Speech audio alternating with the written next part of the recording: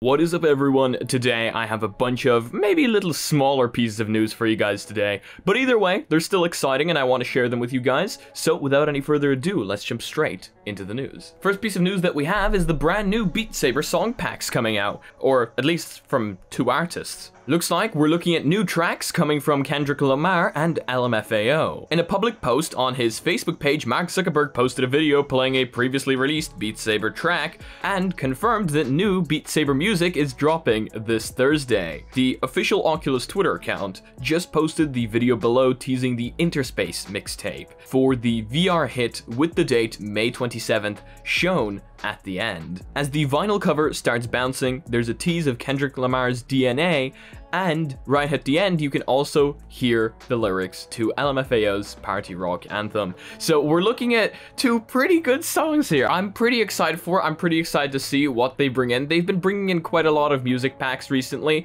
and I mean, we have the mods, but it's always nice to see something official coming out as well. So looking forward to it.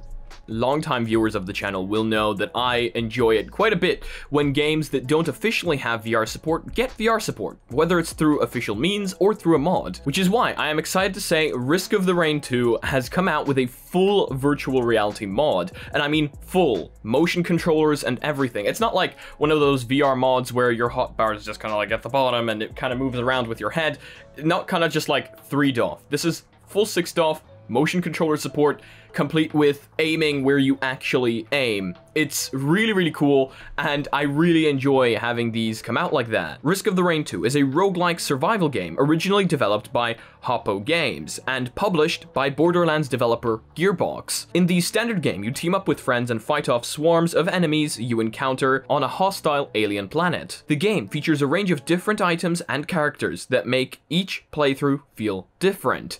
So, pretty exciting there. I mean, I've never actually played the game. I've just watched a little bit of gameplay before this video to get a little bit of a feel for it. And the more flat screen games get VR support, the better, if you ask me, because it's kind of like pushing out people's favorite games to VR, maybe enticing them to buy a VR headset or something. I don't know. Either way, it's exciting. I enjoy it. What can I say? Okay, you guys know we have been talking a lot about full body tracking and full body tracking mods, and yesterday, Thrillseeker posted out a tweet that I completely agree with.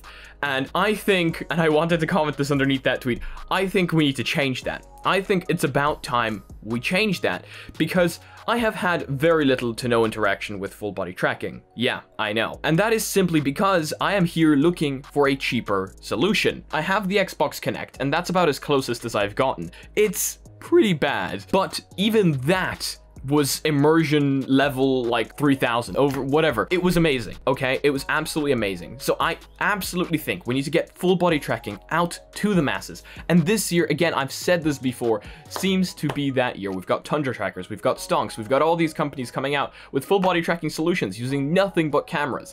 And you guys were asking me, hey, what's that full body tracking solution that you were showing there earlier? It seems to be mocap for all, and they're aiming to turn phones and webcams into full body tracking solutions. So you can buy the software. Yes, it will be a software that you need to buy. There's a free trial that you can check out to see if you enjoy the software. The software will cost you about $100, but it all kind of depends as to how accurate this will really be, because in this software you get to use your phones or webcams as cameras, and you can have as many of them as you like. I think they said a minimum of 2 works well, and you can use that for virtual reality full body tracking. And from the demos we have seen, it works really, really well, but it gets a little bit more exciting. You guys remember I asked you to blow up a tweet for me there a few days ago from VR Workout? You guys did that. And under that tweet, I now have more news in regards to those exact solutions, because Google, yes, Google, has posted the next generation pose detection with MoveNet and TensorFlow.js,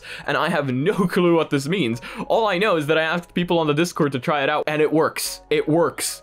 This thing can track poses that we have not been able to track before using nothing but a camera, and people tried it out with their phones and they said it works really well. Now imagine using Google's AI systems that seem to be able to detect poses that are hiding. Like, for example, you see up in the top image, the leg disappears, but with Google's technology, it doesn't. So they really seem to be using some form of AI here, and if we can get cameras being used as full body tracking solutions with this kind of technology. That would be amazing, because how much is a camera? Like, you can get a decent camera for like 20 euro, maybe. I don't know, 40 euro for like a good 1080p, really nice, decent camera, I guess.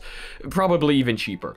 And that is a lot cheaper than full body trackers, if this works really well. And I'm saying if, because let's just remember, it might not, and then it's a huge flop, and then there's no point in doing it. Kind of like the Kinect. The Kinect was fun, sure, yes, it works, but as a long-term solution, I don't know, some people say they did manage to get it as a long-term solution, so I guess I'm just really stupid. Imagine 4 cameras, 1 in each corner of your room, tracking your each and every step.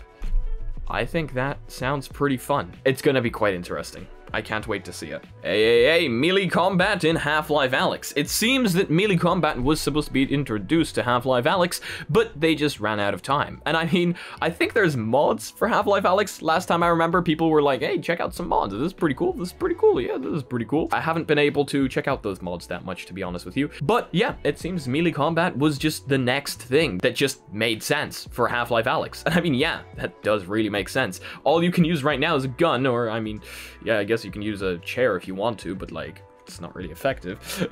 Too bad we never saw it happen. Now, here's an interesting one for you guys. From time to time, things are found in the code of beta software, things that developers may have left behind on purpose or left behind by accident, and the latest Steam beta is no different. Things have been found in the code relating to the Steam Neptune, and Neptune is a codename for something that seems to be called the Steam PAL. Now, from all we know, it definitely seems that Steam PAL is going to be some form of new Steam device, a standalone gaming device, and this does seem to be further confirmed by strings found within the code by some Twitter users. For example, shutdown system, suspend system, and restart system. I mean, you even have things for quick setting menus. I mean, I don't know which game has quick settings, but you've got things in here like aeroplane mode, Wi-Fi, Bluetooth, and then you even have controller haptics, something we don't even have on the Index controllers. You know, like the little thing the PS5 controller does when you press on it. The thing we've wanted in VR for quite some time now. There's things in there regarding grip buttons and other buttons that would seem to be on a VR controller. Not to mention the strings that regard battery life and friends. Why would this be in there if it was meant for a PC software? Definitely seems like it could be meant at some form of a device. Now, Gabe Newell did actually talk about something coming on later this year, so I guess we will find out more soon. Now, what does this mean for us, VR gamers? Well, I'm not actually sure. Something has been found in regards to the Neptune controller. Now, some people have been speculating that the Neptune controller could be a virtual reality controller. I have yet to ask the Discord what they think about it, but it could be possible. Steam has only released a very limited amount of devices. They've released the Steam controller, the Steam Link, and the Valve Index, out of which I think the Valve Index was most popular. Could Valve be releasing a new device by the end of 2021 that could possibly be a brand new, standalone virtual reality headset with Steam VR support? I mean, I highly doubt it. That sounds way off. I mean, not with standalone Steam VR support, but they might just be releasing a standalone VR headset. I mean, let's just remember, we still have those patents from Valve that showed a virtual reality headset with like a mini computer in the back. So this could be something along those lines. This could be that standalone device. I mean, I have no proof on this, so don't take my word for it, but it seems a lot of people are thinking it's going to be some form of a standalone device. And the Valve Index being their most popular device, this could be a miles off, but we could be onto something. I don't know.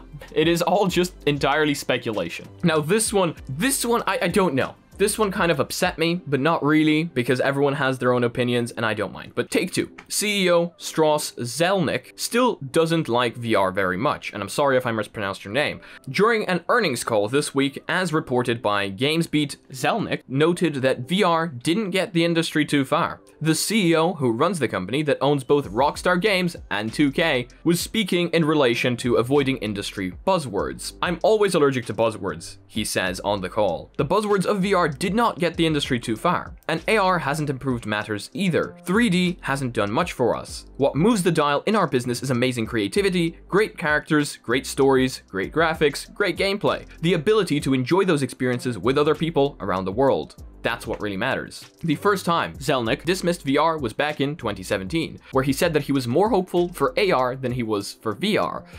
And I mean, yeah, sure, everyone has their own opinions, but I feel like it's this kind of thinking that isn't gonna get VR where we'd like it to be. I remember back in the day, people were like, oh yeah, GTA 6 is probably gonna have VR support. Well, now I don't think so anymore. I mean, if the CEO of the company that owns Rockstar Games still thinks of VR like this, I mean, yeah, it's probably not gonna get very far when it comes to Rockstar and VR. But the thing is here, VR has come very far. And to still think of it as something that is a gimmick, something that is a buzzword, I don't know if that's really fair.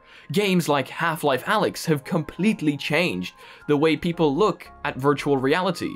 I mean, just ask my dad. He didn't want to leave Half-Life Alyx, and that tells me something, because he never believed in VR. I mean, I believe Rockstar could create something absolutely amazing when it comes to virtual reality. It could do something amazing, but it's just not going to happen if they think that VR is just a buzzword. I don't know. I just don't feel like calling VR a buzzword is fair anymore. VR is being used for fitness. VR is being used for industry. And during the past year, it has grown in ways that it hasn't grown in the past like 5 years. It has literally made that huge jump. And the adoption is huge. People are buying VR headsets that would have never thought to buy VR headsets. I mean, come on. Look at the success with the Oculus Quest 2. How many devices were sold there? And Sony now coming out with the PlayStation 5's virtual reality headset. I don't really think too many companies are looking at it like a buzzword anymore. I don't know. I don't know if it's really fair. Let me know what you think down below. Do you agree? Do you think virtual reality could be seen as just a buzzword? Or is it slowly getting to where it's supposed to be? And finally, we've got some pretty dope AR glasses. And why am I calling them dope? Well, that is because these are probably the slickest looking smart glasses I've seen in a while. I mean, look at them. They just pretty much look like normal glasses, kind of like my Razer glasses. Waveguide optics are increasingly looking like the best near-term solution for creating AR glasses that are truly glasses-sized. Loomis is one such waveguide company and recently let their latest waveguide prototype, the 50FOV Maximus, be examined under the proverbial microscope. Through the lens photos of the Loomis Maximus, wow, that's a cool name, reveal the impressive retina resolution of 60 ppd, along with excellent brightness and leading image uniformity. So that's pretty cool, because that's important. Nice resolution in these glasses is going to be important. I mean, you don't really want to be seeing pixels in front of your eyes, but that does sound pretty cool, and that PPD is quite impressive. I mean, the word retina being used here brings up pretty high standards. I mean, retina displays have pretty high standards nowadays, and they do look pretty beautiful. And having that in AR glasses, well, I wouldn't say no to it. And once again, these glasses do look most like AR kind of glasses that I could wear outside and not be ridiculed than anything I've seen before. I mean, they don't look thick, they don't look large, they don't have something huge in front of your face. They look pretty cool. Let me know what you think down below. Well guys, that is going to be it for today's video. Thank you all so much for joining me. I hope you all have a fantastic day or night. If you guys liked the video, please leave a like. If you guys disliked it, I guess this button works too, but please tell me why down in the comment section below. If you guys are not yet part of our community, make sure to join our Discord down below. Make sure to join our Reddit, where I want to see you posting your spice memes. If you guys would like to support the channel in any way, shape, or form, we've got sick merch down below that doesn't put a huge ad on body, and mugs that boost your FPS by 300%. And if you guys want to be notified about future content coming up on the channel daily, make sure to smack the subscribe button with your forwarding my bell and see you in the next video. Peace.